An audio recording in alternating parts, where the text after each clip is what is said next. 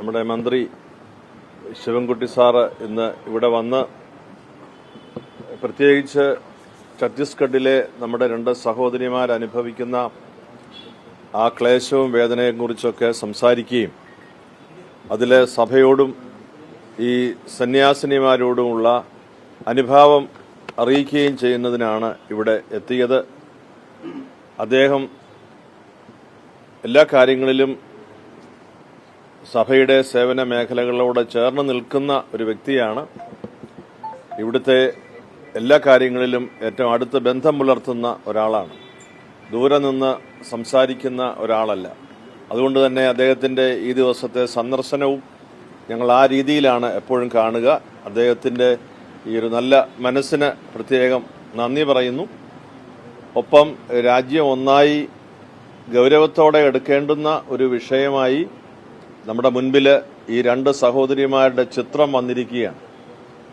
അവർ ക്രിസ്ത്യാനികളായതുകൊണ്ട് എന്നതിനേക്കാൾ അപ്പുറത്ത് ക്രിസ്ത്യാനികളാണെന്നതിൽ ഞങ്ങൾക്ക് വേദനയുണ്ട്. എന്നാൽ ഈ ഭാരതത്തിലെ രണ്ട് സന്യാസിനിമാർ സ്വന്തം ദേശത്ത് അപമാനിക്കപ്പെടുന്ന ഒരു സാഹചര്യം, അത് കൃത്രിമമായി ചമച്ചുണ്ടാക്കുന്ന ആരോപണത്തിന്റെ അടിസ്ഥാനത്തിൽ BJPയുടെ സംസ്ഥാന പ്രസിഡന്റ് വരെ പറഞ്ഞല്ലോ, ഈ മതപരിവർത്തനം ആരോപണമാണ്, അത് ശരിയല്ല എന്ന്. അതിനേക്കാൾ കൂടുതൽ മറ്റാരും അതേക്കുറിച്ച് വ്യാഖ്യാനിക്കേണ്ടതുമില്ലല്ലോ. അങ്ങനെയുള്ള ഒരു സാഹചര്യത്തിൽ ദേശം ഒന്നായി നിന്ന് ഈ നമ്മുടെ ഭരണഘടന അനുശാസിക്കുന്ന സംരക്ഷണം, അത് പ്രദാനം ചെയ്യുന്ന എല്ലാവർക്കുമുള്ള സുരക്ഷിതത്വം, ഏത് മതത്തിൽ വിശ്വസിക്കാനും അത് പ്രചരിപ്പിക്കാനും ഇവിടെ ജീവിക്കുവാനും കഴിയുന്ന ആ സ്വാതന്ത്ര്യം നിലനിർത്തുവാൻ എല്ലാവരും ഒരുമിച്ച് നമ്മൾ പ്രവർത്തിക്കേണ്ടുന്ന സമയമാണ്. തിരുവനന്തപുരത്തെ കത്തോലിക്ക സഭയുടെ ക്രൈസ്തവ കൂട്ടായ്മകളുടെ നേതൃത്വത്തിൽ ഇന്ന് രക്തസാക്ഷി മണ്ഡപത്തിൽ നിന്ന് 4 മണിക്ക് രാജ്ഭവനിലേക്ക് ഒരു പ്രതിഷേധ റാലി സൂചകമായി സംഘടിപ്പിച്ചിട്ടുണ്ട്. അവിടെ നിങ്ങളെല്ലാവരുടെയും സാന്നിധ്യവും പ്രോത്സാഹനവും ഞാൻ പ്രതീക്ഷിക്കുന്നു. ഒരിക്കൽ കൂടി ബഹുമാനപ്പെട്ട മന്ത്രി ശിവൻകുട്ടി ഇവിടെ വന്നതിനുള്ള പ്രത്യേകം നന്ദി ഞാൻ പറയുന്നു. ഞാൻ അരമനയിൽ തന്നെ ഉണ്ടോ എന്നറിയാൻ വന്നതാണ്. അപ്പോൾ എല്ലാ കാര്യങ്ങളിലും ഒരുമിച്ച് നിന്ന് ദേശം ഒന്നായിട്ട് രാഷ്ട്രീയ വ്യത്യാസങ്ങൾ കൂടാതെ ഒരുമിച്ച് നിന്ന് പ്രവർത്തിക്കേണ്ടുന്ന ഒരു സമയമാണ്. അതിൽ രാഷ്ട്രീയ വ്യത്യാസങ്ങൾ ഒന്നുമില്ലാതെ എല്ലാ രാഷ്ട്രീയ പാർട്ടികളും, നമ്മുടെ MPമാര്, ജനപ്രതിനിധികള് ആ സിസ്റ്റേഴ്സിനെ പോയി ആ ജയിലിൽ സന്ദർശിച്ചു എന്ന് പറയുന്നത് വലിയ ആശ്വാസകരമായ കാര്യമാണ്. അവരോടുമുള്ള ഹൃദയപൂർവ്വമായ നന്ദി കേരള കത്തോലിക്ക മെത്രാൻ സമിതിയുടെ പ്രസിഡന്റ് എന്ന നിലയ്ക്ക് ഞാൻ സവിനയം അറിയിക്കുന്നു. ഈ സിസ്റ്റേഴ്സിന്റെ ഇപ്പോഴത്തെ ഈ ഒരു അവസ്ഥ, അവർ ജയിലിലാണ്, ജാമ്യം ലഭിച്ചിട്ടില്ല. ഇതൊരു മാനദണ്ഡമായിരിക്കും. ഇതിനെ അടിസ്ഥാനപ്പെടുത്തിയാണ് നമ്മൾ കാര്യങ്ങൾ നിരീക്ഷിക്കുന്നതും മുൻപോട്ടുള്ള കാര്യങ്ങൾ പോകുന്നതും സ്വാഭാവികമായി.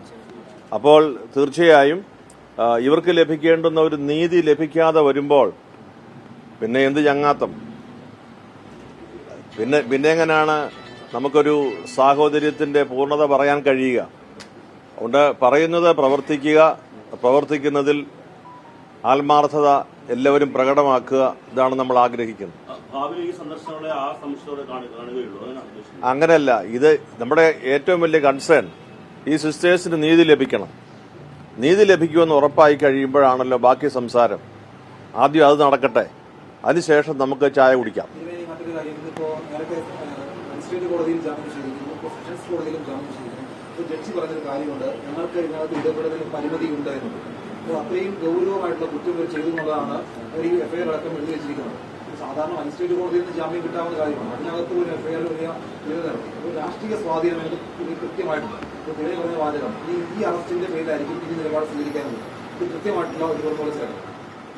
അതായത് ഈ അങ്ങനെ ഒരു ജഡ്ജി, ഞാനത് കേട്ടില്ല, അങ്ങനെ ഒരു ജഡ്ജി പറഞ്ഞെങ്കിൽ അദ്ദേഹം ഈ രാജ്യത്തോട് തുറന്നു പറയണം. നീതി പ്രവർത്തിക്കാൻ സാധിക്കാത്ത മേൽ സമ്മർദ്ദം എന്റെ മേൽ ഉണ്ടെന്ന് അദ്ദേഹം തുറന്നു പറയുമ്പോൾ അത് കുറച്ചുകൂടി വ്യക്തമാകും.